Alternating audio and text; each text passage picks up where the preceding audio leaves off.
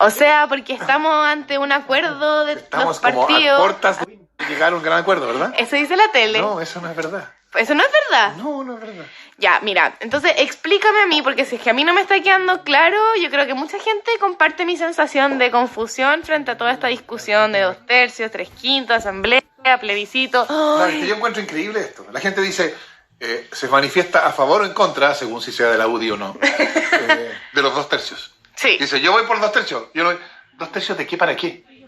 Es lo más absurdo que hay discutir de 2/3 de qué para qué, sin saber de 2/3 de qué y sobre todo para qué. Uh-huh. Y a mí me sorprende que no sea espontáneo esto de que surja esta pregunta. Si uno tiene en un proceso de reforma constitucional, uno necesita, por ejemplo, 2/3 para cambiar el texto constitucional. Ya. Obvio. Estamos bien hasta ahí, ¿verdad? Sí. Ya. Ahora, no es obvio, porque no todo el mundo se lee la Constitución. En un proceso de reforma constitucional, No, sí, ya quedó uno claro. necesita cierta exigencia para reformar el texto constitucional. Ya, sí. Ya. ¿Qué pasa si uno no reúne esos 2/3? Si no hay suficientes votos, si hay más de 1/3 más 1 Que se opone. que se opone a la reforma, la respuesta es obvia. Si no se cumple la condición de los 2/3, no se reforma el texto y por lo tanto el texto que venía continúa. Obvio, ¿verdad? ¿El texto que venía? Sí, continúa. Piénsalo. Ya, dale, po. O sea, el texto que venía. el texto que se va a producir no incluye el texto eso. que venía, Ah, la que constitución venía. vigente que se quería modificar, Continúa. continúa porque no es modificada. No, Sí. Perdón, o sea, perdón. no es difícil. No es difícil. Es obvio. Es obvio. Entonces, esta regla de 2/3 para reformar una constitución vigente significa que hay 1/3 más 1 que puede mantener la constitucionalidad de lo que existía. Sí, ¿Estamos bien? sí, estamos bien. Nadie está perdido en el camino. Ojalá no, pero yo no. Ya. Si alguien más está perdido, Ahora, dígalo.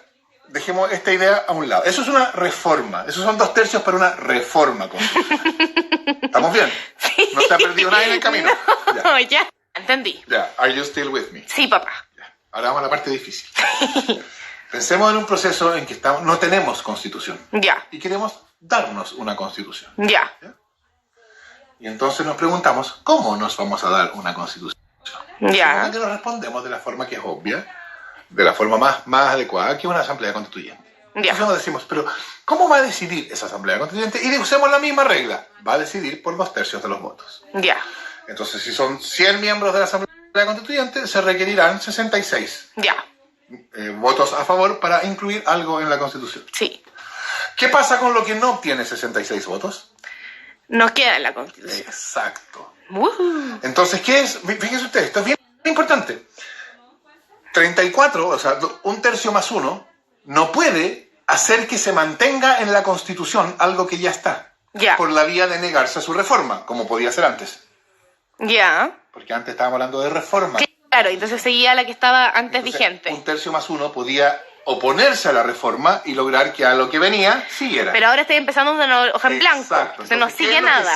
¿qué es lo que puede hacer 1/3 más 1? No puede dejar algo en la Constitución, porque no hay nada. Claro. Sí puede evitar que algo entre a la Constitución por la vía de no dar los votos. Sí, entiendo. ¿Ya? Y entonces, ¿cuál es la consecuencia de que algo no entre a la Constitución? ¿Que queda sujeto a la ley? Exacto. Eso, O sea, que en el grande tiempo- Antonia. Eso se llama un abogado de ejecución. No tengo idea de qué quiere En decir el eso. tiempo posterior, cuando se acabe la Asamblea Constituyente y empieza a regir la Constitución, Ya. entonces esa materia quedará entregada a la decisión legislativa que será por mayoría. Ya, entiendo perfectamente. O sea, la diferencia es del cielo a la tierra. Claro. Es absurdo, es que no tengo palabras para describir a esos que dicen, no, son fundamentales los 2/3. ¿Pero qué? ¿2/3 de qué? ¿Qué quiere? 2/3 para reformar o 2/3 para decidir sobre la nueva constitución. Es totalmente absurdo. Brígido. Y entonces, Y lo la que UDI estaba no se había dado hoy cuenta de día, eso. Lo que pasó fue que el gobierno había mandado una propuesta de que fuera asamblea constituyente o convención, decidido por plebiscito en abril, Ya, y que cualquiera de los dos iba a decidir por 2/3 desde una hoja en blanco. ya. Entonces, eso quería decir que sacaban las trampas. ¿Se acaban las trampas? Porque ¿Cómo va a haber 2/3 para mantener las trampas? Para crear trampas. Claro, si usted quiere eliminar las trampas hoy día, necesita 2/3. Y entonces 1/3 más 1 puede negar sus votos y entonces no se modifican las trampas y sigue siendo la Constitución tramposa. Ya. Pero si usted tiene que escribirlo de hoja en blanco, necesita 2/3 para poner una trampa en la Constitución. Ya. O sea, a menos que la gente sea un poquito ya...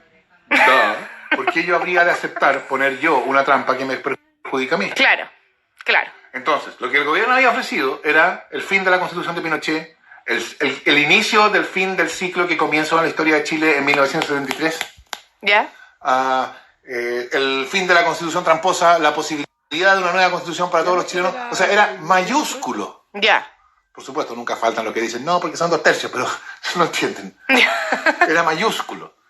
Entonces, yo creo que la derecha no se dio entendía, cuenta. porque tenía esta idea estúpida de que importan los 2/3. Ya. ¿No? Y si son 2/3, estamos bien. Hasta que de repente alguien se preguntó, ¿y qué pasa si no hay 2/3 para la autonomía del Banco Central?